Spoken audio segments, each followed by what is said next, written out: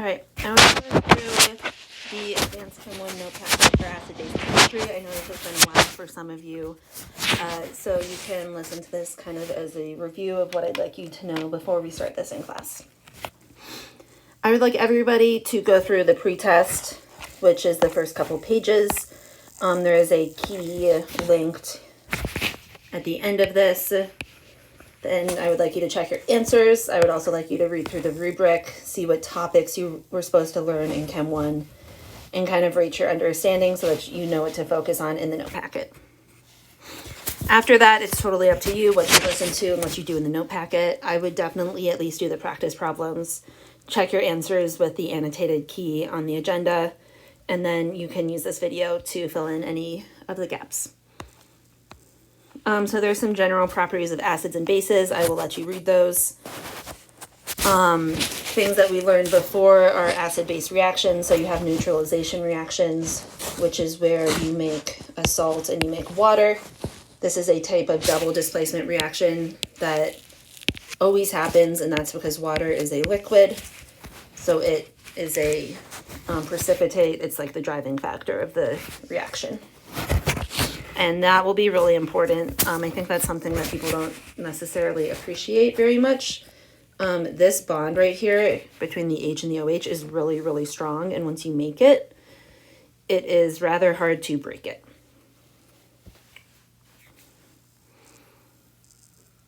Okay. Other things that happen, if you take an acid and you put a metal in, you make hydrogen gas and a salt through single displacement. And then if you take a metal that is active, so it's above hydrogen on the activity series, and you add it to water, you will get a metal hydroxide and hydrogen gas again. And the best way to understand these and to balance them is to think of water as being H bonded to an OH, and it's the first H that is swapping spots with the sodium.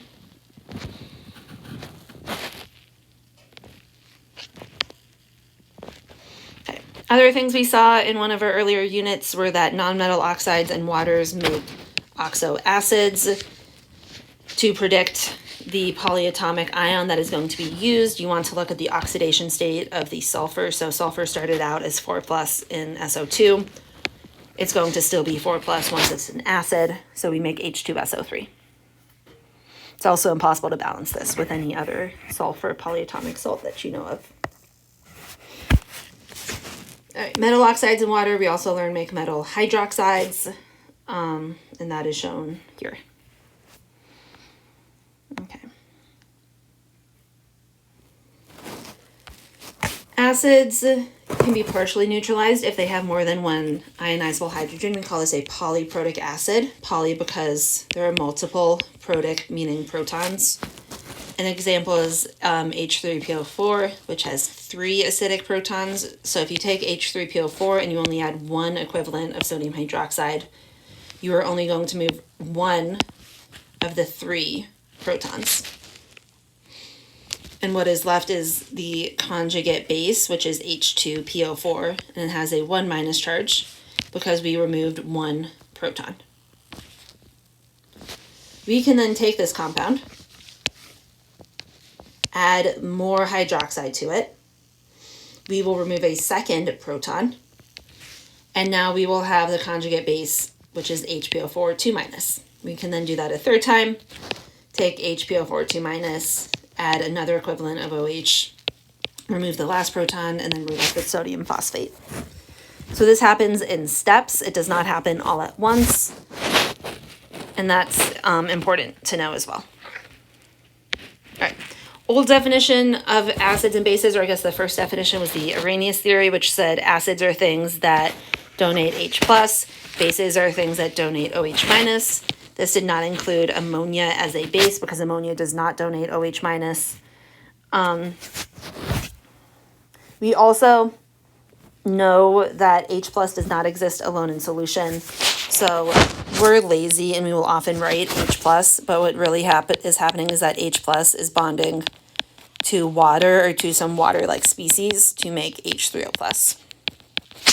So this is what it actually looks like in solution, but sometimes we write H plus to write fewer letters. All right. Current theory, which is also kind of an old theory that we'll talk about, is the Bronsted-Lowry theory. This says that an acid is something that donates protons, a base is something that accepts protons. Conjugate bases and acids are important. We've talked about these earlier this year as well. So the conjugate acid is the conjugate base is the acid once it has given up its proton. And the conjugate acid is the base after it has gained a proton. They are called conjugate acid and conjugate base because if you were to look at the reverse reaction, NH4 plus would be the acid, and Cl minus would be the base. And this would be the conjugate conjugate base. And this would be the conjugate acid. So regardless of which way you look at it, HCl and NH4 plus are always considered the acids because they are what are losing protons. And then ammonia and chloride are always considered the bases because they are what are gaining protons.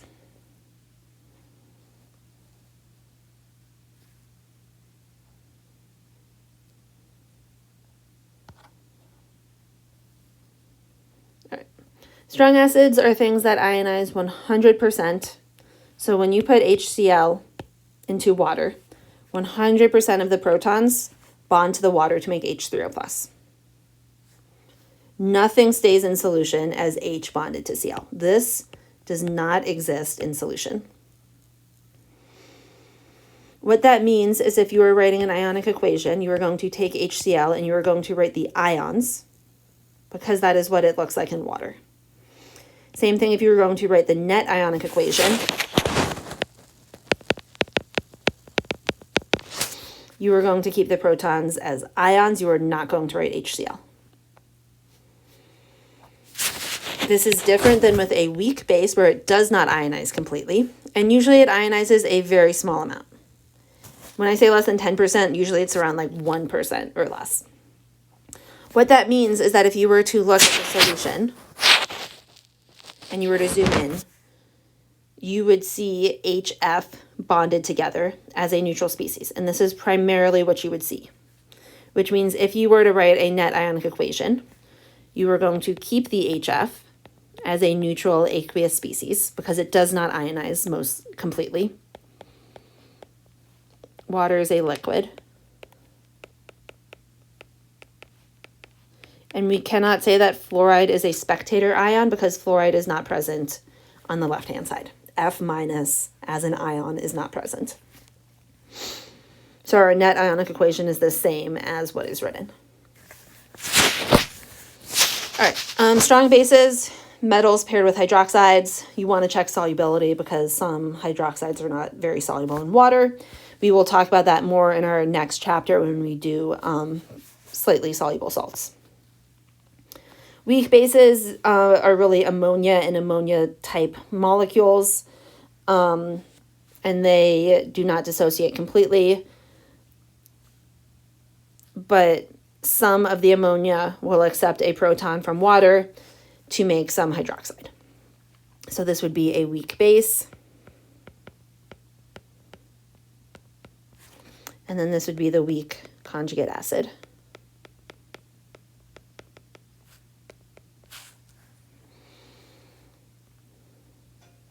Okay. Something else that you learned is that conjugate bases are inversely strong compared to the conjugate acid. So if you have a strong acid, something such as HCl, the conjugate base is what we call a feeble conjugate base, which means non-basic. Basically what this means is that the chloride is not going to accept a proton to go back to HCl.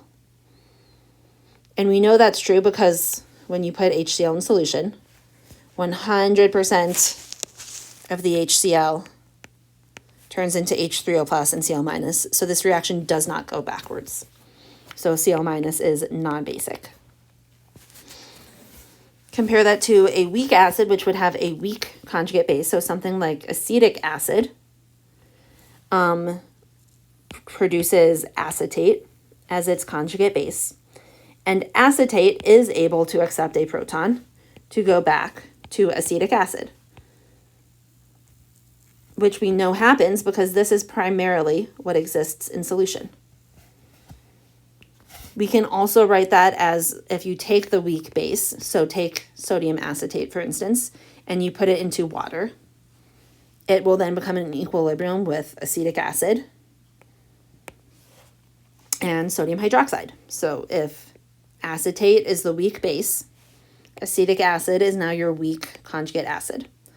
And this is something that I find you have to think about a lot. So if you want to pause the video and kind of draw this out a couple of times and talk to yourself, that's what I would recommend doing. Ask questions if you need to. This is confusing, but really important. All right, so the stronger the acid, weaker the conjugate base. Stronger the base, weaker the conjugate acid. Here's a nice table you can look at. And again, kind of look through this, see if it makes sense to you. All right, monoprotic acids donate 1 proton, polyprotic, multiple. Here are some examples. Amphiprotic is something that can act as both an acid and a base. It depends what it's near.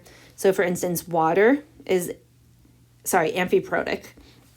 So water, if it's around an acid, acts as the base, which means that it accepts a proton.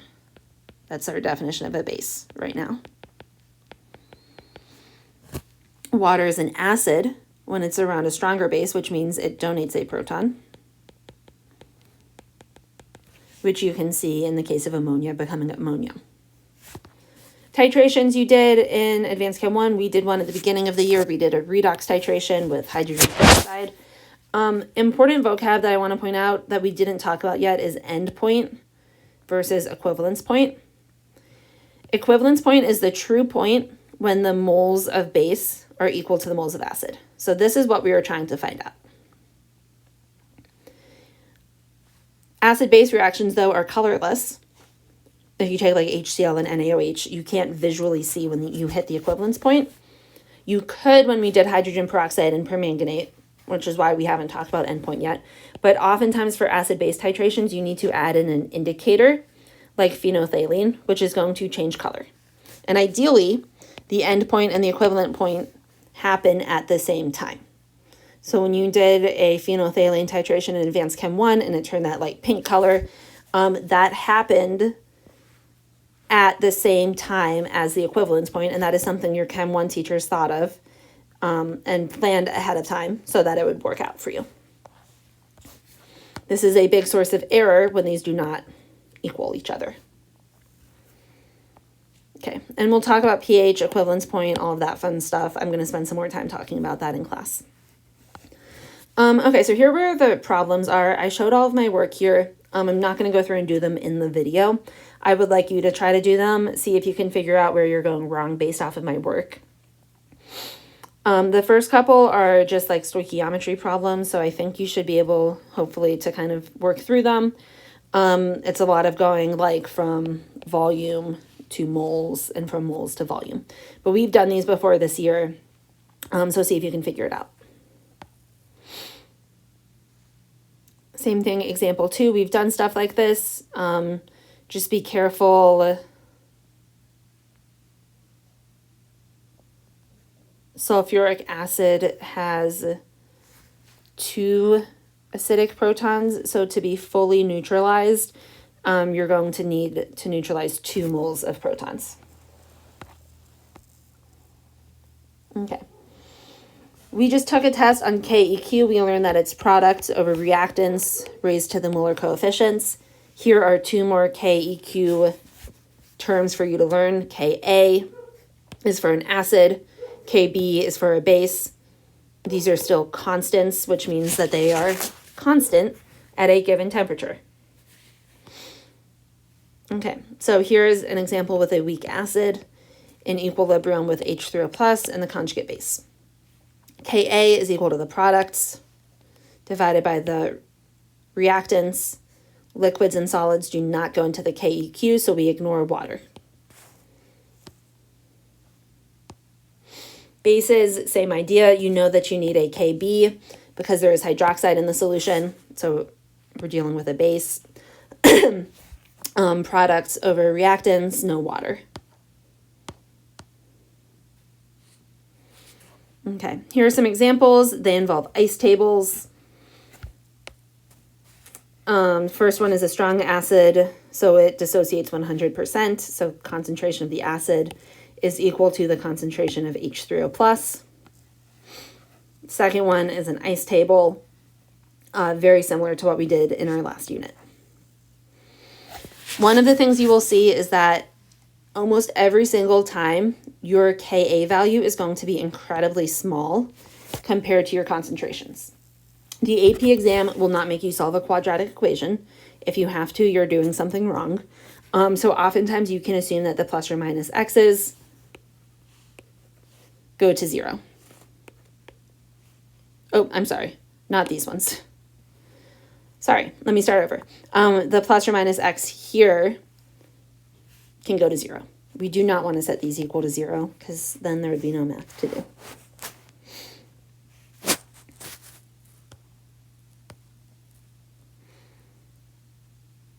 All right, so go ahead, review this. This can be kind of confusing. If you take a strong acid and a strong base and you totally neutralize them, you're going to create a solution with a pH of 7, and you will make sodium chloride, which is not acidic or basic. And that is because the conjugate base of a strong acid is non-basic.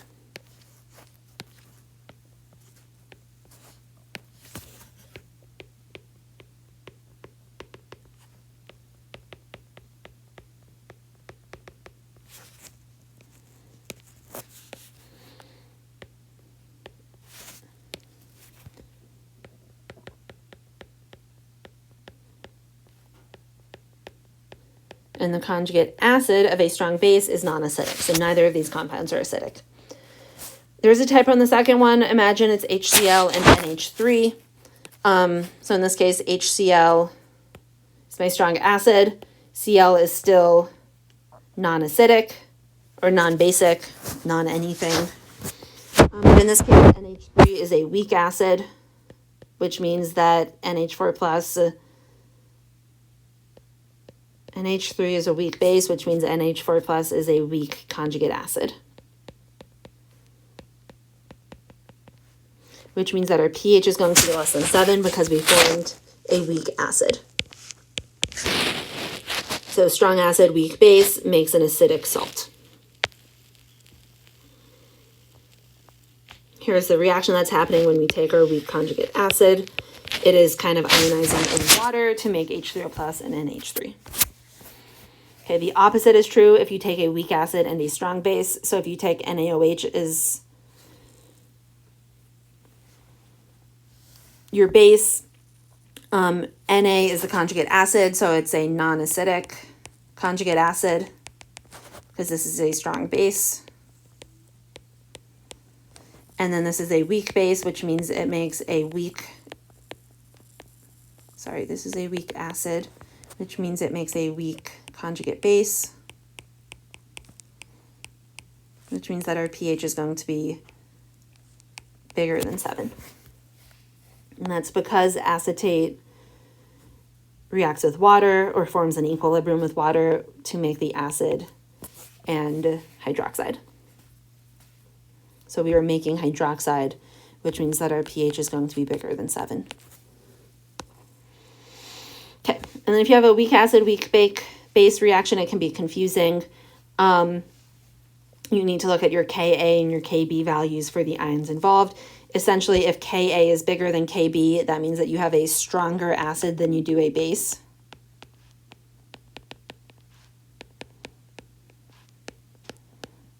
Which means that your salt will be acidic because you're basically taking a stronger acid than your base. It's not totally a strong acid, but it's stronger than the base.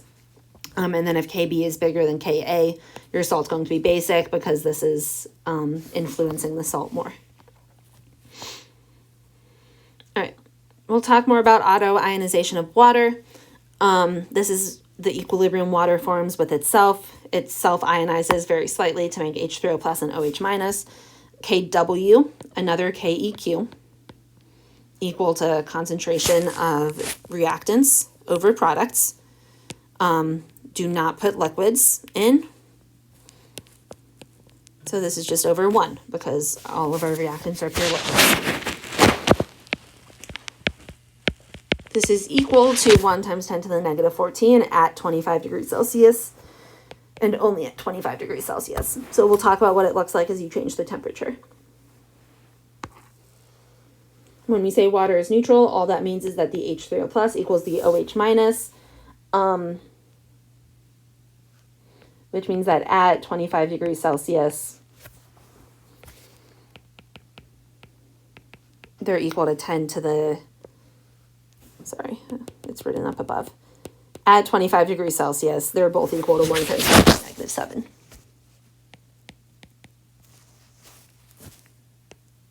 Molar.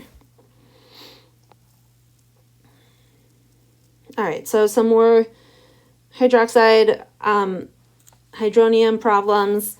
The key reaction that you need is that concentration OH minus times concentration of H3O plus is equal to 10 to the negative 14. Assume it's at 25 degrees Celsius unless otherwise stated.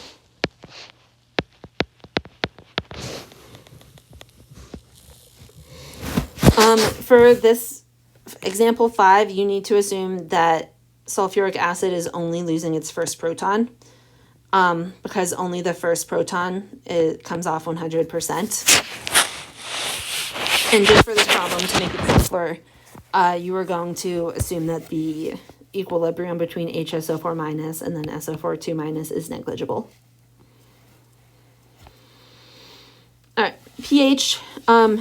P means power, and it means take the negative log of whatever comes after.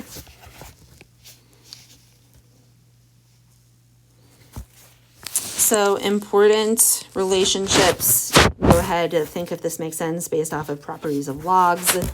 POH, negative log of OH minus. At 25 degrees Celsius, pH plus POH equals 14.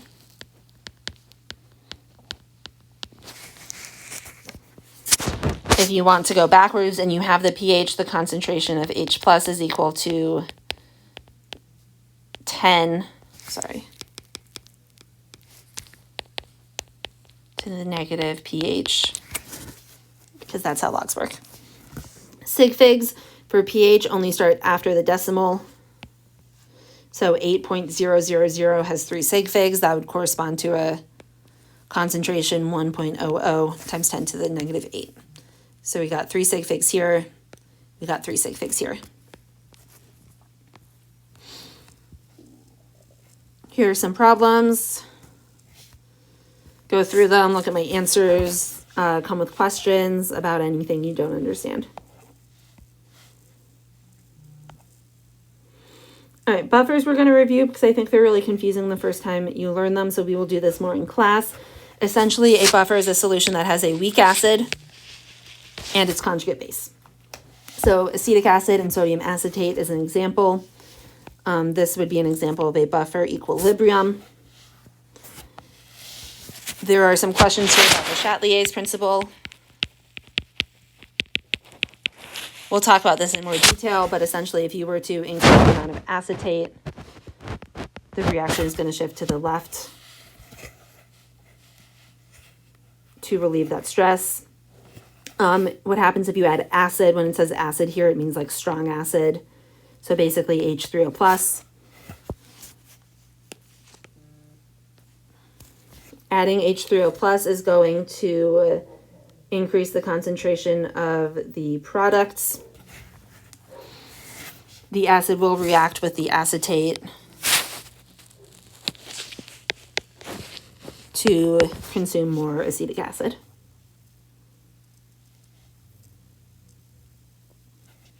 And then if you were to add a base, so if you were to add a strong base like OH minus, that is going to react with your acid to essentially make more acetate. And we could write that out.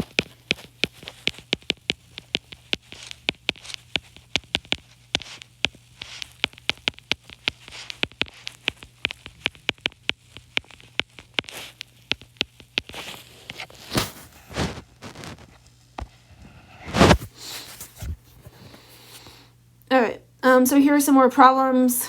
Nothing crazy. This is an ice table. Here's another ice table, but you have starting concentrations of both reactants and products. You still know that your minus X is on the left and your plus X's are on the right because concentration of H3O plus can't decrease, it has to increase. So that tells me that plus X is on the right, minus X is on the left. Products over reactants. Ka is very small compared to our concentration, so we can say that these X's right here are basically 0, and that simplifies our expression. Here's another example. The trick here is that we want to find pH, but we are given the Kb. Because we're given the Kb, I know that my equilibrium expression needs to have hydroxide in it because it's a base. So I write out my ice table. Nothing is different here. I know again that this is a Kb because I have hydroxide. So when I am solving for X, I am not solving for H3O plus, I'm solving for OH minus. That means that my concentration of H3O plus is AW divided by concentration OH minus.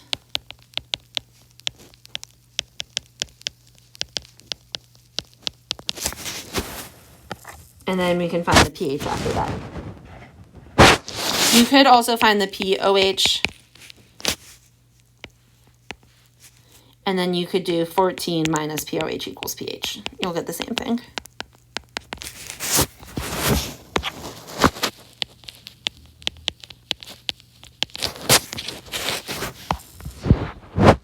Okay. This is how a buffer works. You can read through this. Essentially, you have a large amount of acetic acid, a large amount of acetate. If you add a small amount of acid, it is going to react with the acetate to make acetic acid and water. This is not an equilibrium reaction. This is the most common thing people get confused. And I agree, it's really complicated. This is not an equilibrium reaction because we are making water. This is a neutralization reaction.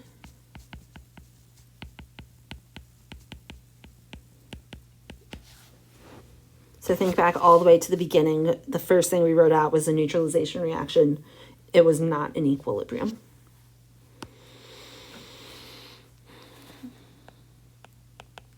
Same thing here. If we add a small amount of base, this is not an equilibrium reaction. The hydroxide is reacting with the acetic acid to make water and acetate. Okay, buffer capacity essentially says that the higher your concentration, the higher your capacity is to buffer a solution. Buffer capacity is like how much acid or base can we add until the pH dramatically changes. If you have a very dilute buffer, you can add less acid before the pH changes. We will talk about this in class. I don't really want to go through this right now. And then there are some final problems here about buffers. I went through and I did these. Some of them are not too bad. Part B is a little bit tricky though, so you can look at that. Essentially, if we are adding sodium hydroxide, the first thing we need to do is a limiting reaction. So we're taking sodium hydroxide, we're taking our weak acid. The sodium hydroxide is neutralizing some of the weak acid. to make the conjugate base. And then after we do that, we make our ice table. Okay, and then problem 15 is finding the Ka of an acid based off of lab data. I think you did this as a lab in Chem 1. There are 3 points that you need to consider. So initially, we want to know what the concentration of acid is at equilibrium. We want to know what our concentrations are.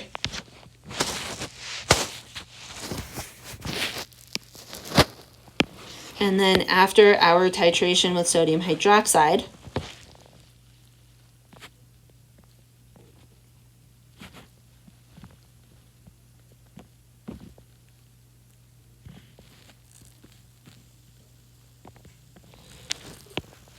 we can figure out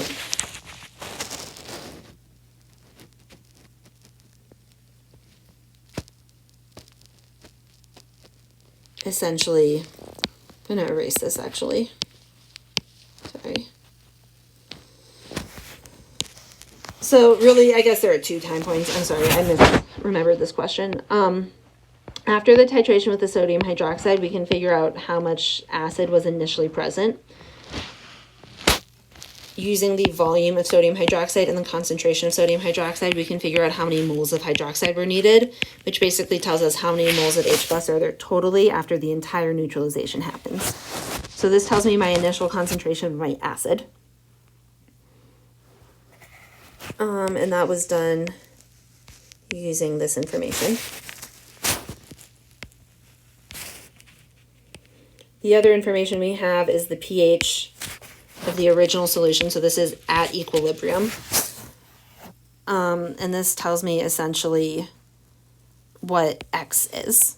So I know that X is 7.98 times 10 to the negative 4 molar, because that is equal to the pH.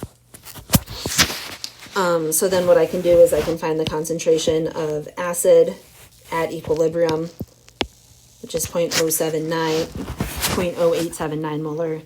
And then from there I can find my Ka value. So check, see if this makes sense to you, and then come to class with any questions you have. I think that's it. All right. So most important thing, please ask me questions so that I know what we don't understand, and that'll give me a good spot to start class. Okay, I'll see you all later.